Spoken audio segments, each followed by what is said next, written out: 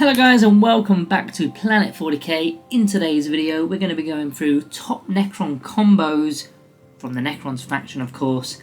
Now we did do this video, when did we do this? We put it on this a year or so ago.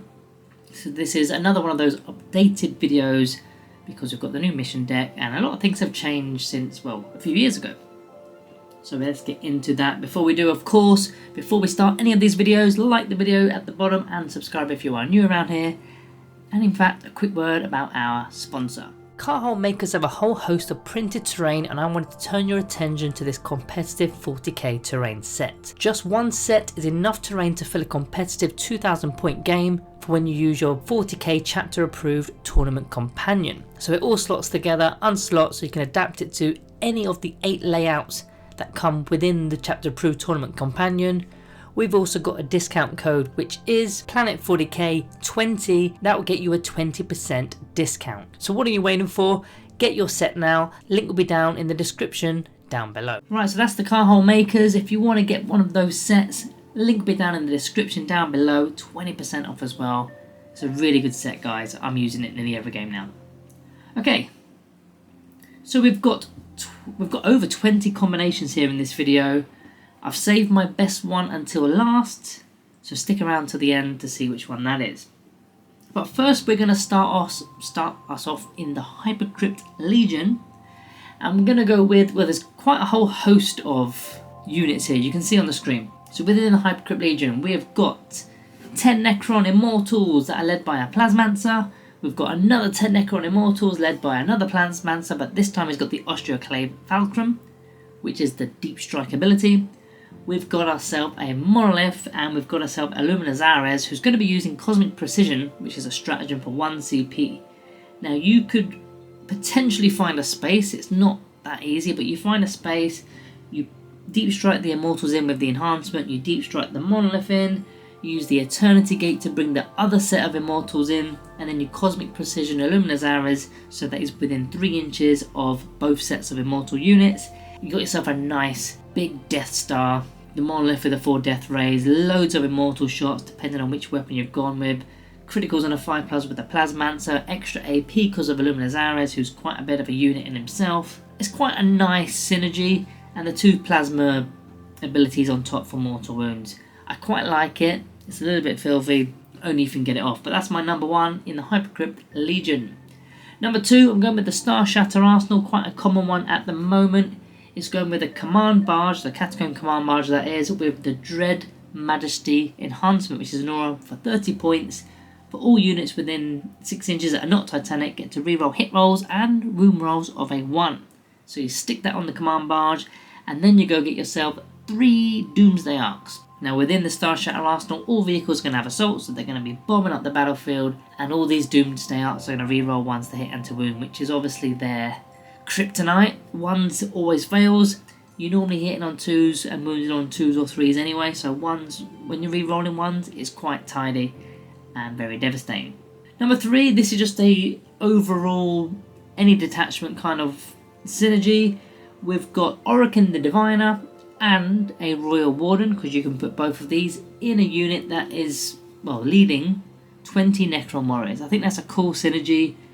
Orokin the Diviner has the 4+ invulnerable save for the unit, so now everybody here has a 4+ invulnerable save, which is lovely. And then the Royal Warden allows the unit to fall back and shoot, fall back and charge, fall back and do whatever the hell you want to do and still be useful, because as you guys know, once a Necron unit that isn't really melee based gets charged, they're kind of redundant without a fallback ability, or fallback and shoot ability. So this gives them durability and fallback and shoot, so usability, all in one. Very handy, especially Silvertide. Next, this is another generic one. You could argue this is okay in the Canoptic Court, you could argue this is okay in the Obeisance Phalanx, or just any detachment realistically. 10 Necron Immortals, but specifically with Tesla Carbines because of the Assault ability. You then grab a Chronomancer, and then you grab an Overlord with the Translocation Shroud. Now that Translocation Shroud allows you to auto-advance 6 inches through enemy models, ruins, or they can already go through ruins, but you know what I mean. So they're auto-advancing 6 inches. They're still firing because they've got Assault, and then after they're fired, the Chronomancer can then allow them to move a further amount of inches. I think it's 5 or 6, I always forget. but they can move quite a lot just for the, for standard infantry, they're moving a lot. So a very good piece of synergy, especially, as I said, in the Canoptic Court and the Obeisance Phalanx, and the Awakened Dynasty, I suppose, as well, because they are being led. Next on the list, we've got something in the Awakened Dynasty. This one is just enhancement building, I suppose, so I don't know if this is classed as synergy or not. I would say it is. You grab your Catacomb Command Barge, and you've got a lot of durability here. A, because it's got the advanced quantum shielding, so -1 to wound it if the strength is better than our toughness. And also you stick on the Dermal Bond enhancement for 30 points to give him a 4+ Feel No Pain save. 4+ Feel No Pain save, after the 4+ Invulnerable save, after the -1 to wound thing. It's quite a lot of durability, quite tanky for a little tank, I suppose. Very good in the Awakened Dynasty. Next we're going to jump back into the Hypercrypt Legion. We're going to hyperphase back in with a Plasmancer. You're going to grab the enhancement, which is Arisen Tyrant. Now this bad boy already has criticals on a 5+, and then when you've got the Arisen Tyrant, as soon as you enter the battlefield, so whether it's hyperphasing, coming up from strategic reserves, whatever, you get to reroll all your hit rolls, not just ones. Now why this is useful is you're going to be fishing for 5+ rolls. Even if you get a 3 and you hit with that 3, pick it up and roll it again. You're going to go for those lethal hits, or you're going to go for those sustained hits too. You're going to go for those critical 5+s. You may as well. And even if you roll it and get a 3 or a 4 again, it's still going to be a hit, right? You're not missing unless it's a 1 or a 2, or if there's any negative modifiers, I suppose. But you're going for those 5+ rolls. That's why it's important with the Plasmancer. Next, another one that can be used in any detachment, ideally the Obeisance Phalanx, I suppose, or the Awakened Dynasty. It's grabbing a Necron Overlord or the Overlord with the Shroud, up to you. I've just got the Overlord in the image here. And you're grabbing a unit of Lich Guard. Now the Overlord has the My Will Be Done ability, so you can use a stratagem for virtually free, unless it's a 2 CP stratagem, then it'll be for 1 CP, so you're halving the price. Getting a little discount there from the Overlord. But the Lich Guard have also got their ability, Guardian's Protocols, where when you've got a Noble in the unit, it's a -1 to wound them if the strength is greater than their toughness of 5. Good synergy there. They get a free stratagem, and then they also get the -1 to wound them because of the Overlord. So good little bit of synergy. Now, sticking with these 2 units, I'm going to jump into the Obeisance Phalanx now. And what you do, you add the enhancement Warrior Noble for 15 points on your Overlord, and it's a -1 to hit them. So not only have they got the -1 to wound on them, but now you could add the -1 to hit them in this particular detachment. I think that's kind of cool. -1 to hit, -1 to wound, and a 4+ invulnerable save with the shields. Awesome. Getting back into the Star Shatter arsenal, you've got a Locust Lord, and you add the Chrono Impendent Fields with some Locust Destroyers. So leading a Locust Destroyers there. That enhancement is 25 points, and a unit within 6 that is mounted or vehicle is basically a -1 to damage them. So that could be very useful for your Locust Destroyers right here. Maybe it's 2 damage weapons, goes down to 1. Maybe it's 3 damage weapons, which would normally kill a destroyer, but goes down to 2. So therefore it takes 2 wounds just to kill 1 destroyer, whereas before it would have taken just 1. Very nice, very useful. 25 points, definitely worth it. Next piece of synergy, it's not detachment dependent. You grab a Catan. I've just gone with the Nightbringer because I like the Nightbringer, he's very cool. And then you grab a Technomancer. And with the Technomancer, you've got the healing ability. You can heal D3 lost wounds. It's not models, it's lost wounds. And as you guys know, it's quite hard to remove wounds from Catan. Once they've got the in-1 save, once they're halving the damage, and they've got the Feel No Pain save, it's very hard to get wounds off of a Catan. And then this all happens after the reanimation protocols as well. So you've done reanimation protocols, and then you heal them as well with the Technomancer nearby within 6. D3 lost wounds. Very beautiful. They've put all their work into taking off some wounds, and then you just bring them right back. That's what we do best. Star Shatter Arsenal. This one was similar to one of the previous entries. We had a barge with 3 Doomsday Arcs. I've taken off a Doomsday Arc and I've added the Silent King. So Silent King, 2 Doomsday Arcs. Similar principle. You could use the Trike ability where you reroll hit rolls of a 1 and wound rolls of a 1. Again, that's the Doomsday Arcs Kryptonite 1s. So being able to reroll those takes away that negativeness, that's not even the right word, but you know what I mean. You're likely going to be hitting and wounding a lot more often when you've got the Silent King nearby. There's obviously the Triangle Minears, so they kind of make up for the 3rd lost Doomsday Arc, and those Triangle Minears are damage 6, so you get a bit more for your bang for your buck with the Silent King, but it is a slightly bit more expensive. Next on my list, I've gone with, well, it's a little bit of an optional one. You either take the command barge or you take a cryptek. The command barge has got the carrier wave aura, so units within 6 get an extra bit of OC, and then you grab some Canoptic Scarab Swarms. And because they've got no OC, so they can be given OC with a command barge, or use the Chittering Swarms ability that the Scarabs have, and if they're within 6 inches of a cryptek, they gain OC. So that could be a Technomancer, it could be a Plasmancer, whatever. Even it could be Orokin, Illuminatus Zaras, it could be any of them. So you're gaining OC from any of the crypteks. I've got a Technomancer within this image, but yeah, it could be literally any of there's 6, isn't there? 6, yep. Next on my list is another generic one, but probably more ideal in the Canoptic Court, I suppose.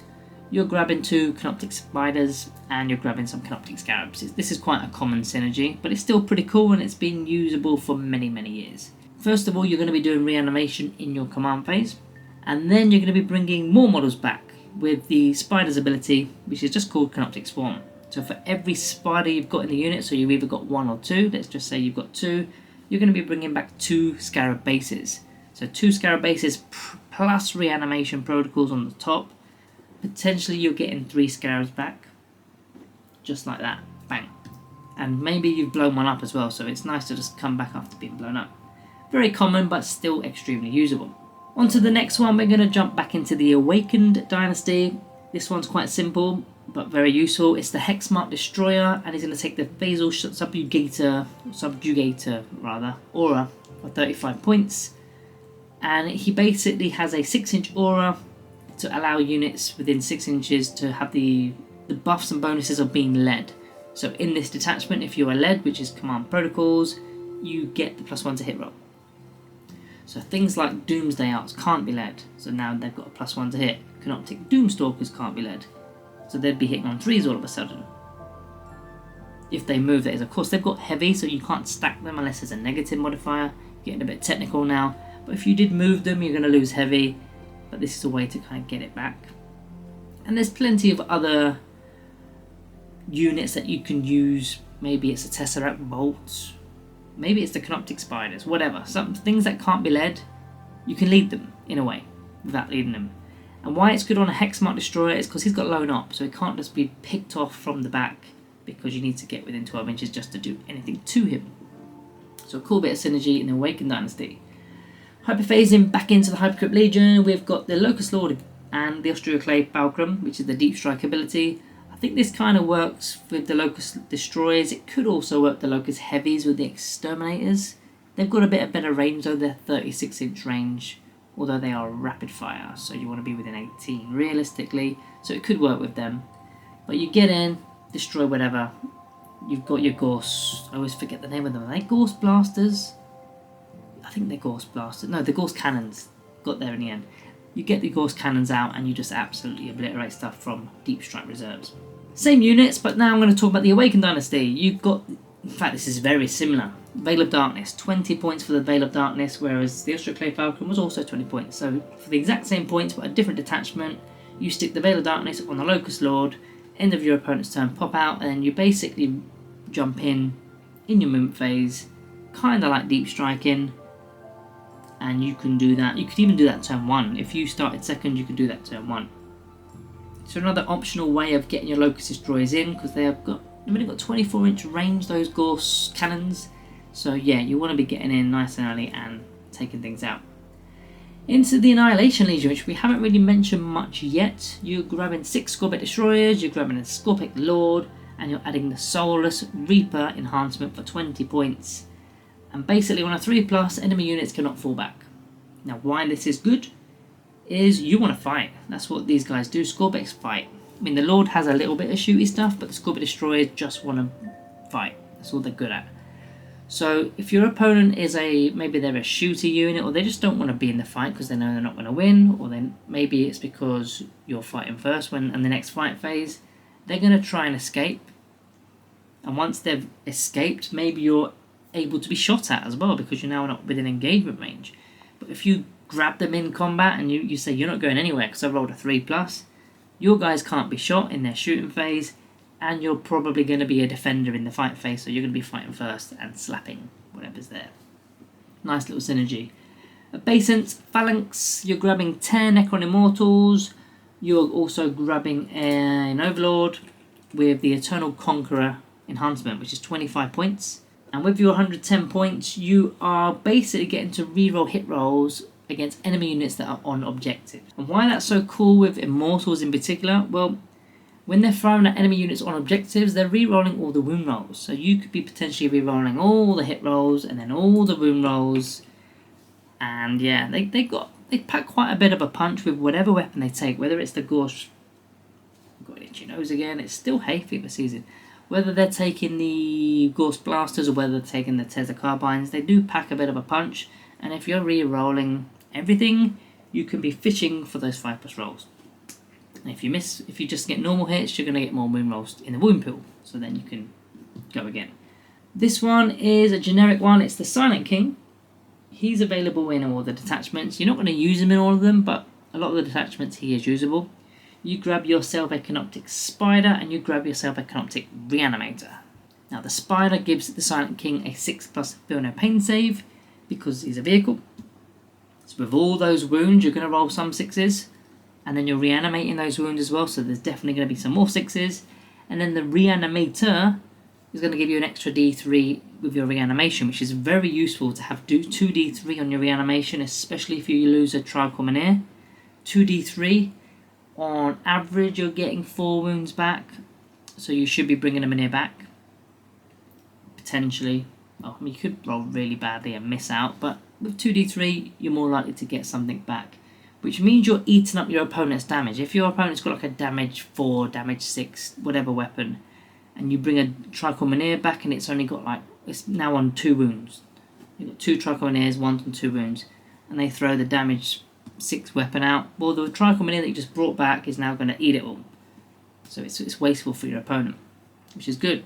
And then you get your Feel No Pain save of 6+ with the Spider as well. Lovely. Then we come on to my final one, and this is my favourite one. This is common, but I just love it. It's my go-to. We've got some Canoptic Wraiths, ideally 6. You get your Technomancer, and you get the 2 Cryptothral Bucket Boys. Now, it's quite an expensive package, this is, but it's so durable. You've got your 4+ Invulnerable save after your Toughness 6. You've then got a 5+ Feel No Pain save for the unit. The weakness to the unit is usually the Technomancer with Precision. But if you've got the Cryptothralls, you turn your 5+ Feel No Pain save to a 4+ Feel No Pain save. So a little bit more resiliency for the Technomancer, plus it's 2 extra bodies. And they've got a few attacks at range and in melee as well. So they're not actually too bad. I think they're slightly overcost, but as a package, this is very durable, especially in the Canoptic Corps. Right guys, so that is my 20+ Necron combos. I don't know how many I had there, lost count. If you've got any that you want to add, put them down in the description down below. Make sure you are checking out Carhole Makers if you want to grab hold of those ruins. And I'll see you guys in the next one.